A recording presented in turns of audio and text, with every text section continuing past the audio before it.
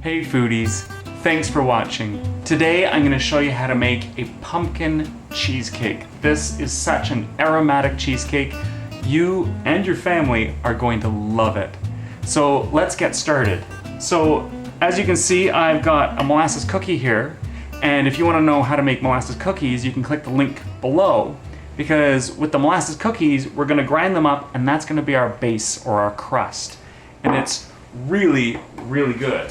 I've also got some brown butter here. I've just melted some butter and on a low heat, and after a while it starts to brown. And I mean, as you can see in the video, it's a little bit brown. It just brings out the sweetness and the caramel notes of it.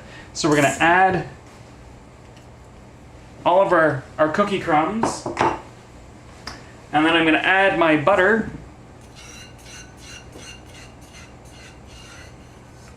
And at first I thought I had burnt the butter when I made it, but no, it cooled down and it's absolutely lovely. And it doesn't have to be too much, just enough to get it just a bit wet. I'm gonna stir that up. And you're probably thinking, oh, this is far too dry, but this is just the base. It's all gonna be held together with the cheesecake anyway. Okay. So I'm just going to pour this right in to my springform pan. I've got a lined springform pan with parchment paper. And we're going to spread this out. Oh, it smells so good in here already. And we haven't even gotten into the spices yet. So if you want, you can press this down and have it spread up the walls a little bit. You can just have it flat, that's fine. It's your preference, whichever you like.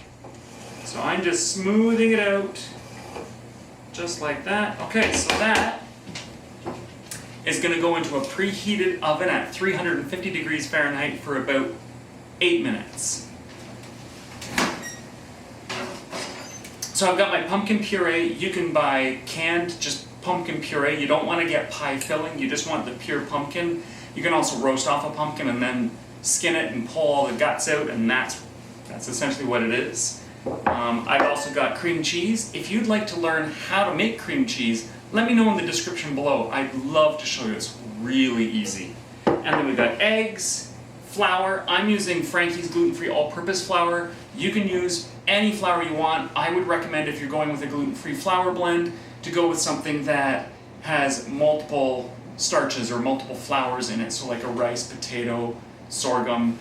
Don't just do straight up rice or straight up almond flour or something like that. It'll be a lot denser and the consistency will be a lot different than what I'm going to get. I've got a little bit of sugar, I've got cinnamon, and then I've got cardamom. And cardamom is a really floral kind of a spice. It's really, really nice. And I'm recommending fresh ground cardamom. This here is cardamom pods, and you can see the little green pods. I bought these at a bulk food store, and then you open them up and they're little seeds, not very big, and that's what you want to grind up. I don't typically grind up the pod because I find it's a little bit hard to digest, and the seeds are what have all the flavor. So that's my little tip for you today. So we're going to start by mixing up the cream cheese into our mixing bowl. There we go. Oh, I got a little bit of cookie crumb on that. That's okay. It's just going to be really tasty. And I'm also going to put my eggs in there. And I'm going to crack them in a separate bowl. And the reason I'm cracking them in a separate bowl is I want to make sure that the egg hasn't turned, because nothing's worse than putting a rotten egg into your mix and having to dump everything out. And also to make sure I don't have any shells in there. So there's 1,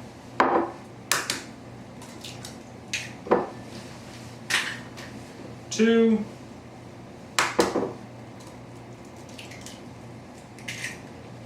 and 3. And I'm also going to put my pumpkin in.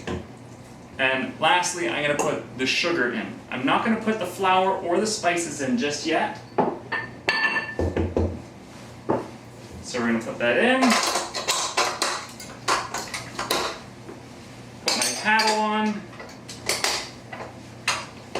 mix it up. You want to start on low and then slowly work your way up, because if you start right on high, it's just going to cause everything to go everywhere. Okay, so I've mixed that up. I'm going to scrape down the walls, because you want to make sure it's very well combined. Now my favorite part, this is when it all comes together. So I'm going to put in the flour, the cinnamon, and that freshly grated cardamom. And you might be thinking, I don't want to put cardamom in. People will bite into it and go, what is that flavor? It's wonderful. And you're going to be like, you're just going to have to eat more, hear more often. And it's cardamom. It really brings out the high notes and the mid notes of the dish, and it's really, really good. So I'm going to mix this up a little bit, and then we're going to get it into the pan.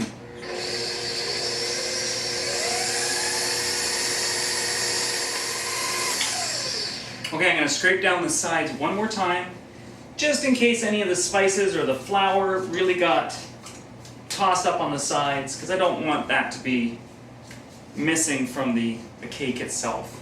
Okay, now a little stir.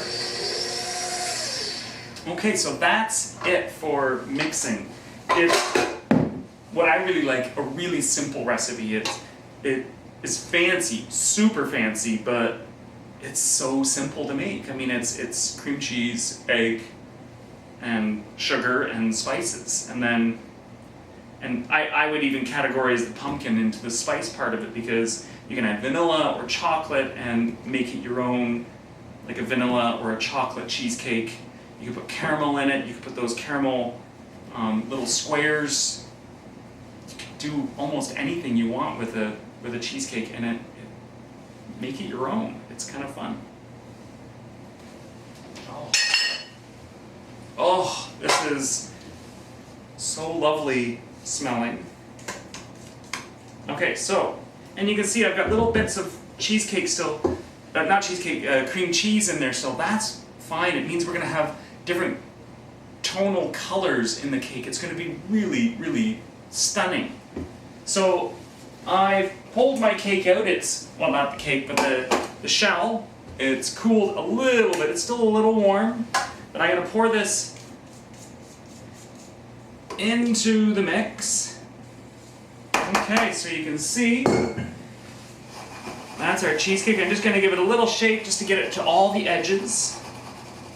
Oh my goodness, that looks amazing. So this is going to go into my already preheated oven at 350 degrees for about 55 to 60 minutes. We want the center to be a little bit jiggly, and we want the outside to look beautifully done. So I'll let you know how long mine's been in the oven, but here we go. I'll see you in a little bit. Wow. Look at this cheesecake. I mean, it smells amazing. It's great. I mean, it's firm to the touch. You can see I've probably overbaked it a tiny little bit. It's got, that's warm. It's got a little bit of cracking right there, but otherwise it looks perfect. I'm gonna let this cool for quite a while, and then we're gonna put the last decorations on it. We're gonna separate it from the pan. We're gonna make it look absolutely gorgeous for your guests. See you in a moment.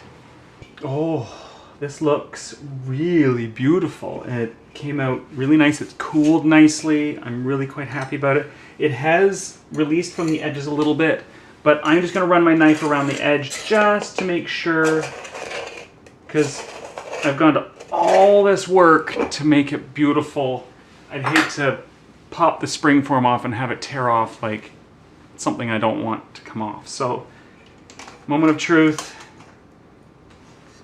Oh, that looks really, really good. So, it's perfect the way it is, but I think we could take it to the next step, or the next notch up. So I've gone ahead and whipped up some whipped cream, And you can see right here the recipe for what I've done. It's just whipped cream, vanilla, and confectioner's sugar.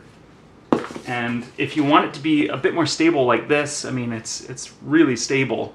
I add in a 1/4 teaspoon of cream of tartar, and it really stabilizes it a lot. So we're just going to grab a big spoon, and I'm going to put it into my piping bag. You don't have to put it in a piping bag if you don't want, but again, it's presentation. It's making things look really pretty. Okay, so we've got our whipped cream. I've also gone ahead and I've made up a jar of caramel sauce. Oh my goodness, it smells so good. If you're looking for the recipe for this, you can click the link in the description below. It's probably also the previous video to this cheesecake video. And then I'm also going to just lightly dust the top of this with just a little bit of icing sugar, just to give a little bit of contrast. Oh wow, it smells so good in here. So there's a trick with cutting cheesecake, and you need a warm damp cloth and a nice sharp knife, and every slice you make, you need to wipe it off on the cloth so that you have a clean cut every single time. And this is how they do it in restaurants. So it's sliced down, right across, and you can see it shifted because it's nice and sticky. And you can see there's a little bit on there, and I'd hate to put that in there and have it smear all over the top. So you just wipe it, and then I'm gonna do a slice for myself so that we can present this. Oh my goodness, this looks absolutely, if I look at that, look at the pieces of cream cheese. That crust looks beautiful. It's beautiful. It's gorgeous, I should say. So, and then it's just a nice dollop of whipped cream. And I'm thinking, oh, look at this stuff. And then just a little drizzle of this. And that is our pumpkin cheesecake with whipped cream and a caramel glaze. Oh, do you want to have a bite? Well, you're gonna have to make it. But in the meantime, I'll let you know what it tastes like.